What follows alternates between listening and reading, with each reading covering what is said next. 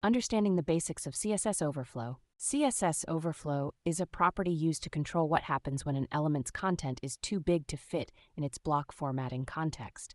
The overflow property specifies what should happen if content overflows an element's box.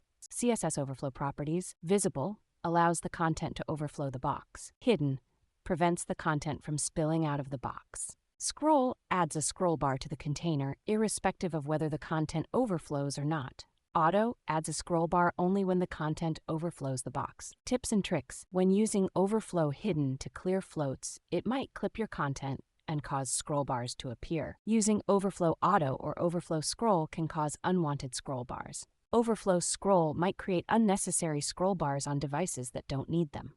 Use media queries to apply Overflow Scroll only on specific devices. Common errors and how to avoid them. One common error is forgetting that the CSS Overflow property applies to the content area, padding area, and border area.